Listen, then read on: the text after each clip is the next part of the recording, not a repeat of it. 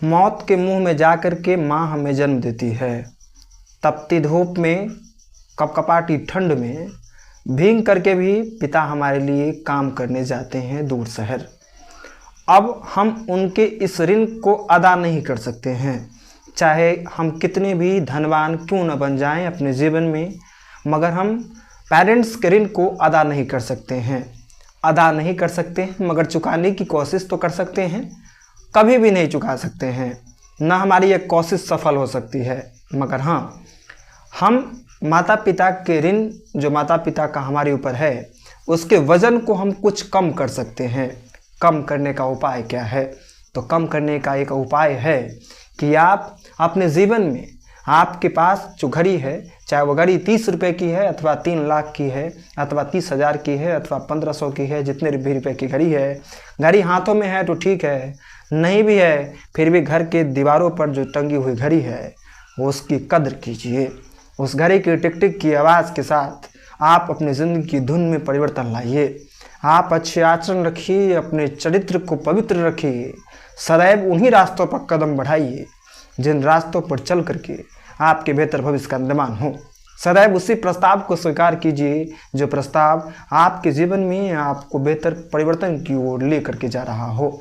सदैव स्मार्टफोन को सही दिशा में उपयोग करने की कोशिश कीजिए या प्रयास कीजिए कि ज़्यादा से ज़्यादा समय आपका सोशल मीडिया पर न गुजरे। इन तमाम जो तपस्याओं को कर करके, अच्छे ढंग से पढ़ करके हम अपने माता पिता के जो ऋण है हमारे ऊपर, उससे हम लोग कहीं ना कहीं, ऋण तो चुकता होने से रहा, परंतु हम प्रयास कर सकते हैं कि हमारा माता पिता का हमारे प्रति जो ऋण जो है उसका वजन कम हो। वजन कैसे कम हो जाएगा?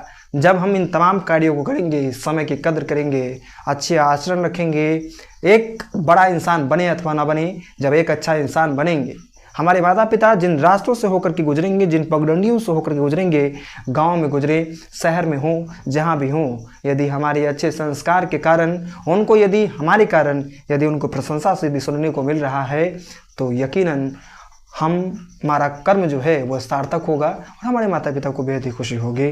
तब हमारा कर्म जो है वो वास्तव में सार्थक होगा और ऐसा लगेगा हमें कि माँ जो मौत के मुंह में जा कर के भी हमें जन्म दी थी, आज माँ को कष्ट जो है वो कम महसूस हो रहा है। जब आप अच्छे से पढ़ लेंगे, किसी न किसी पद को आप प्राप्त कर लेंगे, तो माँ के चेहरे की खुशी की सीमा नहीं होंगी। पिता जो दिन भर मर खप करके काम करते हैं, रोटी की व्यवस्था करते हैं, चूल्हा जल सके इसके लिए जलावन की व्यवस्था करते हैं, गैस की व्यवस्था करते हैं, उस पिता को ज़िंदगी से मिले कम जो है वो कम लगने लगेगा।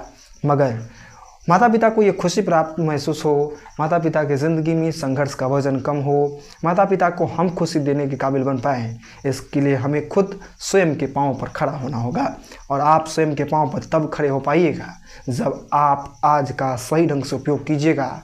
आज को बर्बाद कीजिएगा तो भविष्य कभी भी आबाद नहीं होगा। आज का सदुपयोग कीजिएगा तो भविष्य में आपका उपयोग होगा।